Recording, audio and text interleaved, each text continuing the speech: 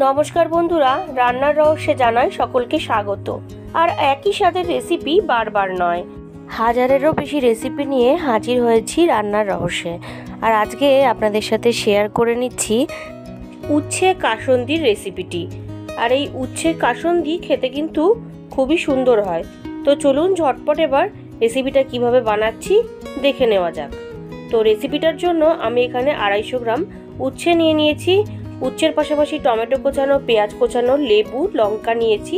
এখানে নিয়েছি কাসন্দি, আর নিয়েছি লঙ্কা বাটা, হলুদ গুঁড়ো, কালো জিরে আর ধনে গুঁড়ো। তো সবার প্রথমে আমি পিলার দিয়ে উচ্ছের গাটাকে এইভাবে একটুখানি চেঁচে নিচ্ছি, অর্থাৎ এবড়ো খেবড়ো অংশগুলোকে আমি একদম বাদ দিয়ে নেব। এই উচ্ছে কাসন্দি রেসিপিটা কিন্তু খুবই নতুনত্ব একটা রেসিপি। নিরামিষের দিন আপনারা অবশ্যই ট্রাই করতে পারেন। নিরামিষের দিন বলাটা ভুল হবে, যেহেতু আমি এখানে পেঁয়াজ দিচ্ছি। পেঁয়াজ তো নিরামিষের মধ্যে চলে না, তো আপনারা যে কোনো দিনই ট্রাই করতে পারেন। তো দেখুন ভালো করে সবকটা ছাড়িয়ে নিয়েছি। এবার মাথার পেছনের দিকের আর সামনের দিকের অংশটা কেটে বাদ দিয়ে দিচ্ছি। আর মাঝ বরাবর এইভাবে একটুখানি কেটে নিয়ে ভেতর থেকে বীজগুলোকে আমি রিমুভ করে দেবো, অর্থাৎ সিডসগুলো আমি রাখবো না। মুখে পড়লার সময় খেতে ভালো লাগে না, তার জন্য আমি একটা পিলারের সাহায্যে এইভাবে বীজগুলোকে বার করে নিচ্ছি। বন্ধুরা, উচ্ছের কিন্তু আরও নতুনত্ব রেসিপি আমার চ্যানেলে রয়েছে। আপনারা আমার চ্যানেল পেজে গেলেই কিন্তু সেখান থেকে রেসিপিগুলো দেখে নিতে পারবেন। তো ফাইনালি সবকটা উচ্ছের ভেতর থেকে কিন্তু বীজ আমি বার করে দিয়েছি। দেখুন, এবার পরের স্টেপে চলে যাব। তো এবার একটা বাটিতে জল নিয়ে নিয়েছি। এবার যে লেবুটা নিয়েছিলাম সেই লেবুর রসটা জলের মধ্যে চিপে দিয়ে দিচ্ছি। এই স্টেপটা কিন্তু খুবই ইম্পর্টেন্ট। অনেক সময় কি হয়, বাড়িতে বাচ্চা থেকে বয়স্ক আমরা অনেকেই উচ্ছেটা পছন্দ করি না, কারণ কি, তেতোর জন্য। তো এই যে প্রসেসটা আমি দেখাচ্ছি, এই প্রসেসে যদি উচ্ছেটাকে আপনারা এভাবে জলের মধ্যে ভিজিয়ে রাখেন, তাহলে কিন্তু উচ্ছের তেতো ভাবটা অনেকটাই চলে যায়, আর বাচ্চা থেকে বয়স্ক সবাই কিন্তু খেতে পারবে। তো দেখুন, গল্প করতে করতে লবণও দিয়ে নিয়েছি। এইভাবে আমি উচ্ছেটাকে বেশ কিছুক্ষণ, ওই 10-15 মিনিট রেখে দেবো জলের মধ্যে। এবার কড়াইতে রাইস ব্রেন অয়েল গরম করে নিয়েছি। আমি আপনাদেরকে আগেও বলেছি, আমি কিন্তু রান্নায় রাইস ব্রেন অয়েলটাই বেশি প্রেফার করি।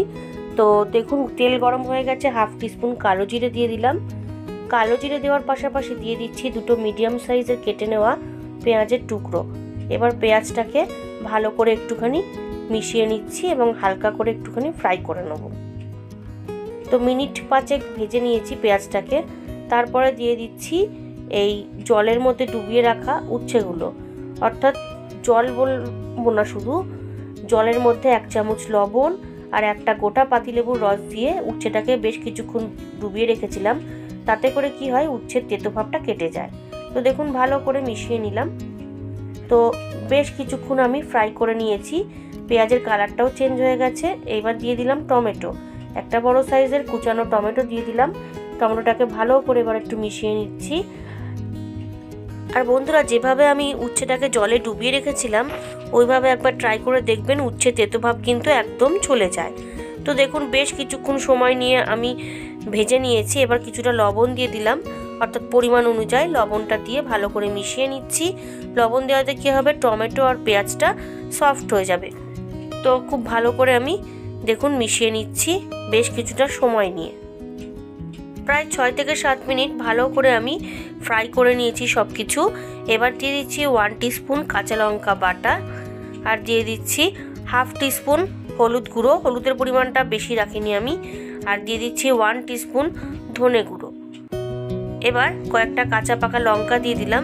দিয়ে এবার সমস্ত মশলার সঙ্গে উচ্ছেগুলোকে মিশিয়ে নিচ্ছি আর ভালো করে কষিয়ে নেব যতক্ষণ না অয়েল রিলিজ করে। তো দেখুন, এবার কষিয়ে নিচ্ছি।